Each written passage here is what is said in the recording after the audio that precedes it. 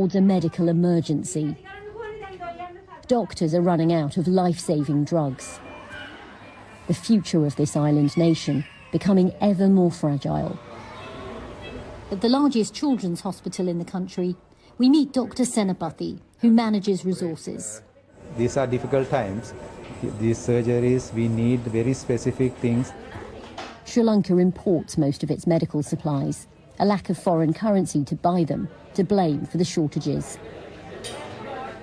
Stretched to the limit, operations continue at this hospital. Others have already stopped some procedures.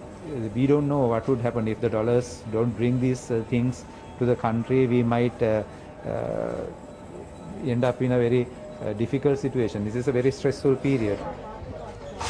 Health officials at this hospital agreed to speak to us, but I've spoken to many doctors across Sri Lanka who say that the government says they're not allowed to speak out in an individual capacity. But they tell me that they are worried that their hospitals are running low or running out of essential medicines, and that if something isn't done soon, Sri Lanka will face a medical catastrophe.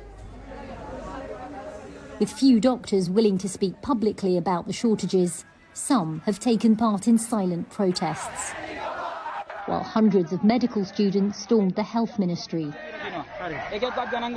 joining anti-government protests against food and fuel shortages. This is a crisis of scarcity with no clear end in sight. Medical unions are appealing to the world to help. We need supply to come in whatever the form, whether it is from any other country, the government procurement, or if it is an individual donation. So if this situation continues, there will be a day in the near future, maybe a couple of weeks or 1 month. I'm afraid to say there may be a situation where we won't be able to save the patient life or limb. Sri Lanka's health ministry told the BBC it's working to overcome the shortages.